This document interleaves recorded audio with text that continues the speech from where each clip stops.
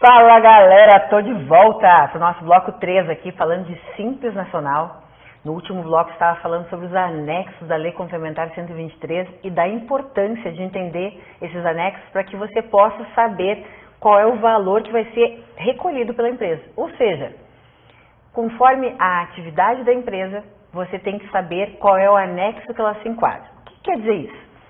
Por exemplo, quando a gente fala de empresa e a gente faz a Constituição junto da Receita Federal e a gente olhou lá, olha só, é um passo a passo. Fiz o contrato social da empresa, você, o contador, advogado, enfim, fez o contrato. O objeto social da empresa é o que ela vai prestar, certo? Serviço, comércio, indústria, exportação, importação, não importa. Vinculado a esse objeto social, nós temos uma outra sigla importantíssima. Eu quero que você preste muita atenção, porque quando eu comecei a advogar, já fazem 25 anos isso, eu passei muita vergonha na minha vida porque eu não sabia algumas coisas. Não tinha um curso como esse para ensinar o beabá do dia a dia prático. E o que acontecia? A gente passava vergonha. Pela inexperiência, pela falta de conhecimento, e não tinha curso online, não tinha live, não tinha nada. Então presta atenção que o que eu vou te ensinar agora não tem no livro, tem na prática. Quando você criou o objeto social da empresa, você vai fazer uma vinculação na Receita Federal de uma sigla chamada CNAE, Código Nacional Econômico. O que é isso? É realmente um númerozinho, como se fosse o seu CPF. Eu, Letícia Vogue, CPF X. CNAE, número tal, corresponde à atividade tal. Tanto é que nós, advogados, quando nós constituímos uma sociedade na OAB e vamos fazer nosso registro lá no CNPJ, na Receita Federal, e vamos optar pelo Simples Nacional, inclusive, o que acontece? O nosso CNAE, o nosso Código Nacional Econômico, ele tem um númerozinho que representa o quê? Serviços jurídicos. Esse código CNAE é que vai definir a qual anexo essa empresa, essa sociedade, se enquadra pelo Simples Nacional. E como eu mencionei antes, nós temos aí o quê? 5 anexos. Posso estar em mais de um? Pode estar em mais de um. Por quê? Nem sempre uma empresa ela vai ter somente um objeto social. Pode ser que ela faça comércio e serviço, serviço e indústria, que ela faça exportação e serviço. Então, pode sim que essa empresa tenha regramentos e enquadramentos em mais de um anexo do Simples Nacional. Bom, o que acontece? Vamos trabalhar então com 5 anexos para vocês verificarem qual é a existência para cada tipo de atividade. Deixa eu colocar aqui para você. Então, aí, beleza. O povo aqui é rápido, ó. A gente fala e já põe na tela, o bicho é ligeiro aqui. Então, olha lá, no anexo 1, nós temos a primeira atividade, que são as empresas que falam das mercadorias. Ou seja, quem é que está enquadrado no anexo 1? Toda empresa que trabalhar com o quê? Revenda de mercadoria, comercialização de medicamentos e produtos magistrais produzidos por manipulação de fórmulas, em casos que não sejam sob encomenda. Isso faz total diferença. Já no anexo 2, nós temos aí as empresas que trabalham com produtos industrializados, ou seja, venda de mercadorias industrializadas pelo contribuinte, atividade com incidência simultânea de IPI e ISS, deduzida a parcela de ICMS, incluindo o ISS previsto no anexo 3, porque aqui misturou duas atividades, ok?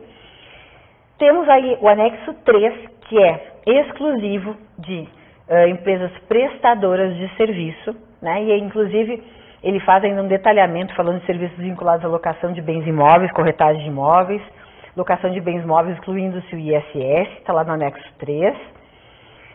Temos ainda no anexo 3 outro tipo de serviço, comercialização de medicamentos, produtos magistrais produzidos por manipulação de forma sob encomenda para entrega posterior ao adquirente em caráter pessoal, mediante prescrições de profissionais, habilitados ou indicação pelo farmacêutico, produzido no próprio estabelecimento após atendimento inicial. É aquela farmácia de manipulação mesmo, né? Que ela vai lá e produz realmente o remédio. Temos ainda, nesse anexo 3, ainda como serviço, todas as atividades previstas no parágrafo 5º do artigo 18. Professora, vai ficar lendo todo o artigo 18 para nós? Não, claro que não, vocês vão dormir na minha aula, vão ficar lendo o artigo. Então, o que o aluno bom faz? Ele já passa a mão na Lei Complementar 123, já pega o artigo 18, parágrafo 5º letra B e já vai ler depois que terminar a aula. E quinta atividade, a atividade de prestação de serviço de comunicação, de transportes interestadual, intermunicipal de cargas e de transportes autorizados no inciso 6 do caput do artigo 17. Inclusive, na modalidade fluvial, deduzida a parcela correspondente ao ISS, acrescida a parcela correspondente ao ICMS previsto no anexo 1. E ainda, por fim, a última atividade do anexo 3 de prestação de serviço, ele elenca também o mesmo artigo 18 que eu já tinha mencionado antes, só que a linha C do parágrafo 5º, serviços elencados também na linha D do parágrafo 5º do artigo 18. Então, você vai pegar lá o artigo 18 e vai ler, parágrafo 5º, a linha C, D, E, para ver todos os serviços elencados, e a linha F. Vai ter que decorar isso aqui? Claro que não, né? Pelo amor de Deus, quem é que decora esse negócio? Você vai, no dia a dia, de tanto usar, você vai acabar vendo que alguns você usa mais, outros você usa menos. Mas só isso, não precisa decorar não. Você tem que entender. Daí passamos para a planilha, né, para o anexo 4, que também é de serviço, mas ele elenca outros serviços. A atividade de prestação de serviços prevista no parágrafo 5º, a linha C também do artigo 18, excluída a parcela da CPP. Lá nos primeiros módulos, nós falamos que a contribuição patronal, que é aquela que incide sobre a folha, é incluída no Simples Nacional, né? Só que aqui é aquela que exclui a parcela do CPP. 2. Atividade de prestação de serviços referidas no parágrafo 2º do artigo 17, salvo se, para alguma dessas atividades, houver previsão expressa de tributação na forma dos anexos 4 ou 5. Então, vocês estão vendo que a gente tem que ficar trabalhando com a lei indo e voltando, né? E, por fim, no anexo 5, atividade prevista também no parágrafo 1º, a linha 1 do artigo 18. O que acontece? Todos esses anexos, você vai usar conforme a atividade, conforme eu mencionei antes, conforme o CNAE, conforme o Código Nacional Econômico. Então, primeira coisa que você vai fazer, pediu para a empresa o contrato social, pede o cartão CNPJ da empresa. Por quê? Quando você vê o cartão CNPJ, você vai ver lá CNAE principal e CNAE secundário. Posso ter 10, 20, 30, posso ter um único CNAE, não importa. O que é o CNAE principal? É a atividade preponderante da empresa. É ela que vai fazer enquadramento no anexo 1, 2, 3, 4 ou 5. Ou, tenho 2 CNAEs principais, né? Vou fazer anexo 1 e 3, 4 e 5.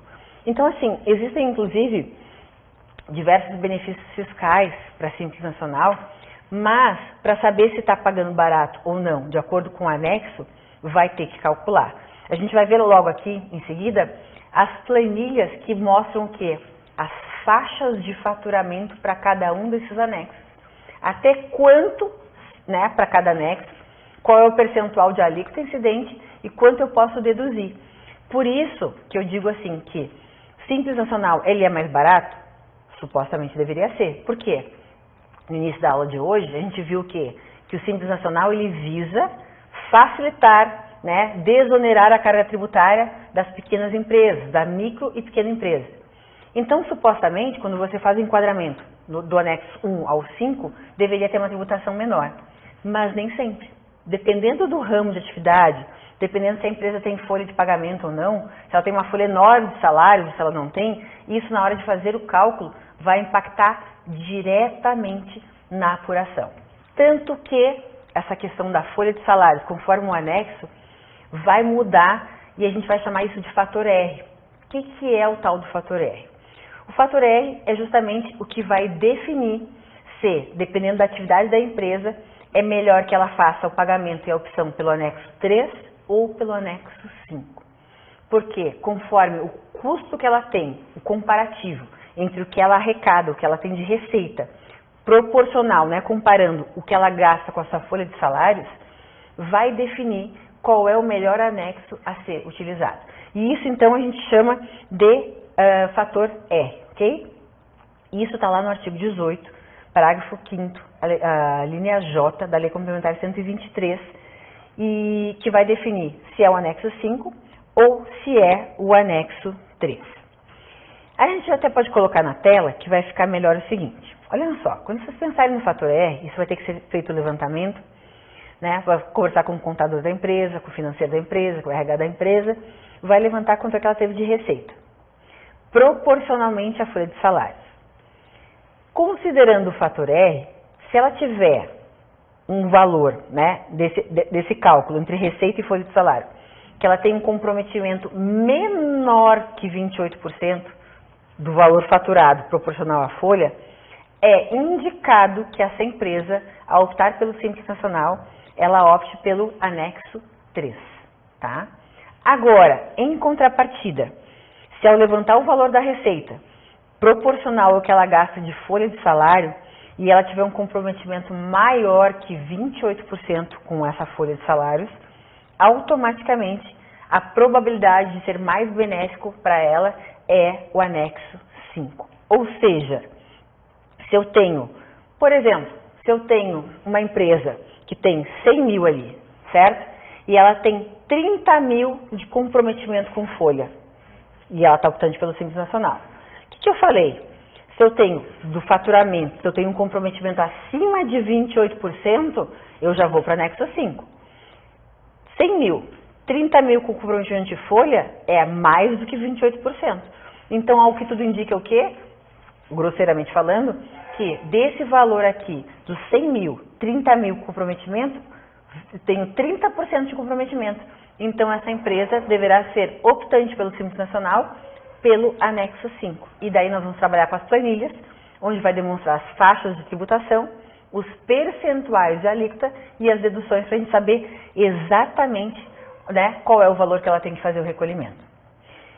Vamos colocar a primeira tabela na tela, que é justamente o quê? A primeira faixa de tributação referente ao anexo 1. O que acontece? Inicialmente na aula, eu mencionei para vocês que quem faturasse acima de 4 milhões e 800 estaria fora do Simples Nacional. Então, você vai observar na primeira tabela que a faixa de tributação começa até 180 mil e ela vai no limite de tributação até 4 milhões e 800, que é o limite do Simples Nacional. Claro, quanto mais ela tem de receita, mais ela fatura, mais ela tem aumento de alíquotas percentuais. Então, vamos lá. Para aquela empresa, né, que teve nos primeiros 12 meses, ela teve uma receita bruta de até 180 mil reais, ela vai ter uma aplicação aí de alíquota de 4%. Se ela teve nos primeiros 12 meses uma faixa de 180 mil a 360 mil, ela já pula para uma alíquota de 7,30%. Só que do momento que eu aplicar essa alíquota, eu vou poder deduzir quanto do valor total? O que está na coluna direita, 5.940. Sucessivamente, vou para a terceira faixa, né? De 360 mil,01 até 720 mil, numa alíquota de 9,50, e eu posso deduzir esse valor 13.860. Na quarta faixa, eu vou de 720 mil,01 até 1.800.000, uma alíquota de 10,70, e eu posso deduzir 22.500. Na quinta faixa, de 1.801 até 3.600.000, uma alíquota de 14,30, eu posso deduzir 87.300. E na sexta faixa, eu vou de 3.601 até o limite do Simples Nacional, numa alíquota de 19% e deduzindo 378 mil reais. Ou seja, quando eu fizer o enquadramento da empresa pelo Simples Nacional, no anexo 1, eu vou na Lei Complementar 123, eu estou dando a tabela aqui para vocês, mas é sempre recomendável que você, além de assistir a aula, além de ver o material da professora, que você vá lá na Lei Complementar e veja, porque às vezes tem alguma alteração e você vai ficar com o material desatualizado. Então, você vai lá, olha o anexo 1, no anexo 1 está mostrando o quê? Que você tem percentuais de alíquota que vão de 4% a 19%. Daí pergunto, é barato 19% de alíquota?